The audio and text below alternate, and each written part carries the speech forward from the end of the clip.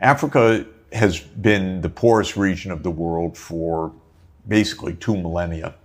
Long, interesting story why that is. One basic point is that because of the very intense tropical conditions, there was a lot of disease, and it wasn't fit for the most important vehicle of 2,000 years, the horse. So the horse made the great empires of the classical age. The horse made the Alexander's empire, the cavalry, the Roman Empire, all of the empires from China, the Mongols, and so forth, were based on what was the tank, the ability to move goods at fast speed, the communications network, which was so Africa basically, didn't have horses. and Africa didn't have horses south of just the northern strip of Africa, because they don't survive actually. Because it's too hot? What is the problem? It's the disease. It is hot. The climate is not good. They are not tropical animals. They're dryland, what's called steppe region animals. They like grasslands, but they don't like the heavy tropical climate. You wouldn't expect that the horse will make civilization. Oh, it's so important. Okay. It's really, you couldn't have an empire, you could not have global conquest. And all this. And by the way, it also played its role in the Americas, because the horse was actually an American species originally, even I'm talking 50 million years ago. And when the Asians arrived to the Americas 15,000 years ago on a land bridge that connected what's today Russia and today Alaska and North America, what's called Beringia, because the sea level was much lower, there were glaciers, and they took water away from the oceans, so people walked across from Asia to the Americas. There were horses everywhere in the Great Plains of the United States, and they hunted them to extinction around 10,000 years ago, which was a really bad move. It shows, if you hunt horses to extinction, you end up walking for 10,000 years instead of riding. And there were no pack animals except some llamas and alpacas in the high Andean region, but in, say, North America. I didn't expect an evolution talk today. No, but it's so deep and it's so real. So when the Europeans arrived in 1492 with Columbus, they had horses. They were conquistadores, but the local populations didn't have them. This was part of the incredible military advantage that the Europeans brought when they came, and they slaughtered and they dominated the indigenous populations. They also brought germs, by the way, which killed a lot of the native indigenous American population. Okay, Africa was poor by objective indicators and measures for 2,000 years of the historical period. And it was really ravaged by slavery starting in the 1600s by European and Arab slave traders. And as I said, it was colonized in the end of the 19th century by the European powers, who were, once they could protect themselves against malaria with this drug, which is an essence of a Peruvian bark called cinchona, and you make quinine out of it, or quinine, we say in America.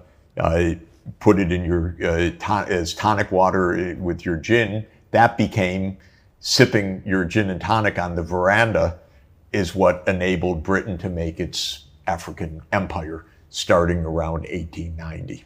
So Africa fell under a completely brutal European rule. The Europeans were not nice. Germany committed a genocide in West Africa in the first decade of the 20th century. That was Germany's first genocide. It was followed by the second genocide in World War II. The British were god-awful. The European powers in general were god-awful. The Belgians, of course, we know King Leopold was mad. The Belgians chopped off the hands of thousands and thousands of Congolese who they accused of whatever petty crime and so forth. So it was a very, very brutal period. And Africa remained impoverished up through the middle of the 20th century. Literacy rates in 1950, 5%.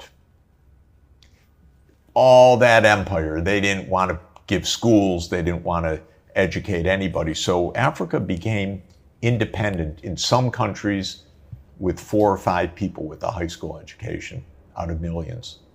The Portuguese were maybe the worst at this because Portugal was pretty poorly educated at home and it did nothing in its colonies in Africa, in Mozambique or Angola and other places. But in general, the European imperialists were completely nasty and dreadful, and Africa was impoverished at the start. It was also a rather small population.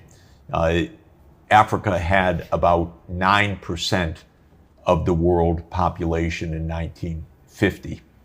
And health conditions were miserable, mortality rates of infants extraordinarily high. Then came independence, came the beginnings of literacy, came the beginnings of healthcare, came the beginnings of malaria control, and so forth. Child survival rose, and that meant that population started to grow. And Africa's population went from 9% of the world in 1950 to about 18% today. That's actually getting there because Africa, if you add up the 55 countries of the African Union, that's about 1.5 billion people, same size as India, same size as China. The big difference is that the imperial powers divided Africa into 55 little countries, not one of which can thrive on its own, whereas India and China, because of the history, remained unified countries afterwards. Do you think this will change in the future? They will unite? They have to. So I tell them every single time I have the opportunity that the African Union is the key. As 55, you can't make it. But as one African continental economy, you can make it. So what's happening now is Africa's population is continuing to rise. It's the only place in the world with rapid population growth. And all the others are declining. Everyone else has peaked or just about to peak or actually beginning a decline. Africa's population today is 1.5 billion. By 2050, it'll be 2.5 billion. That's a lot, adding 1 billion people in the next quarter century. If you go even farther and just try to extrapolate based on current trends, Africa's population reaches about 3.5 billion, and according to the UN most recent forecast, 3.7 billion by the end of the 21st century. And Africa goes from being 9% of the world population to being more than 30% of the world population. It's going to be a completely different world. What do I say to African leaders every time I have the chance? First, be Africa-wide. Second, get on quickly with mass education because that is the key to the economic development. Third, look at what China did. Follow that model. How they grew. How they grew 10% per year. And Africa, starting at this low base, could actually do that if it gets really well organized. So if they play it well, they could be the dominant power in 200 years from now. Yes. 200 years, no question. And if they play it well, what we don't even talk about now in the world economy, Africa, except that it produces coltan or it produces cobalt or it produces copper or diamonds. We're going to talk about Africa as a core part of the world economy without question. I would say, and I'm very optimistic about that, but the big change will be 50 years from now, because it's getting a whole generation through schooling, through turning Africa into an innovator, a technology power, but it can all happen. There's no barrier to that. So there will be Africa as an absolutely major part of the scene, but that's the drama right now. I tell them, look, China started in 1980, India roughly around 2000, 2025, take off. This is your time. Get moving, and understand that you have a real opportunity right now. Follow that model of very rapid growth. Out of, since we're on Africa, I went, when I was a YouTuber before, like 2 years ago, I went to Africa, to Burundi, which is the poorest country in the world in the terms that they use. And I went to, it was like around 30,000 euros that it cost us. And we put solar panels in a orphanage. And we put, computers and internet. And these kids, when they have access to internet, they have everything. Yeah, exactly. So they can skip all the parts that took China so much time if they have access to the internet. You got it. There's no barrier right now to just incredible leapfrogging. You don't have to go through 250 years of economics to get it right now. And what you said is completely right. You need connectivity and a solar panel, and you've got and a device, and that ain't expensive. And this is actually going to happen at a very large scale. And now with Starlink as well, that you can put in rural areas and all this stuff. It's very interesting. So now in Africa, since we're on the topic, who do you think has more power out of the United States, China? Who has a bit more? Definitely China. China, Europe. And the problem is, actually, China, there probably are a million to 2 million Chinese living in Africa right now, first of all.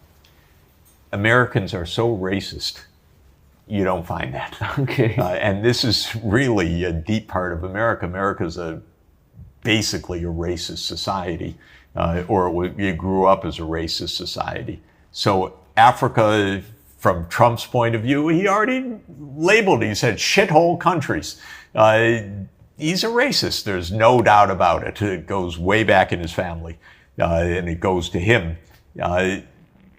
Chinese, they're completely pragmatic. They're making business. They're making investments.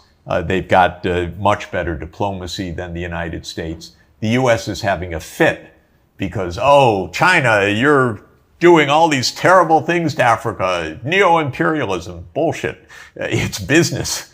And I go to, like you went to rural areas, for example. I was in Ethiopia last year.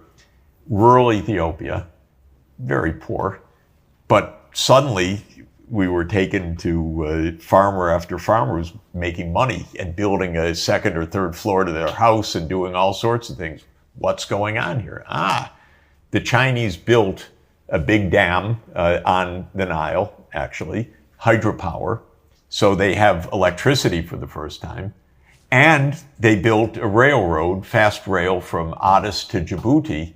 And so these farmers, what are they doing? They're growing avocados now that they get on the train, they get to Dubai for breakfast in some resort hotel, and a value chain that was completely unimaginable 5 years ago or 10 years ago, and that's because of China.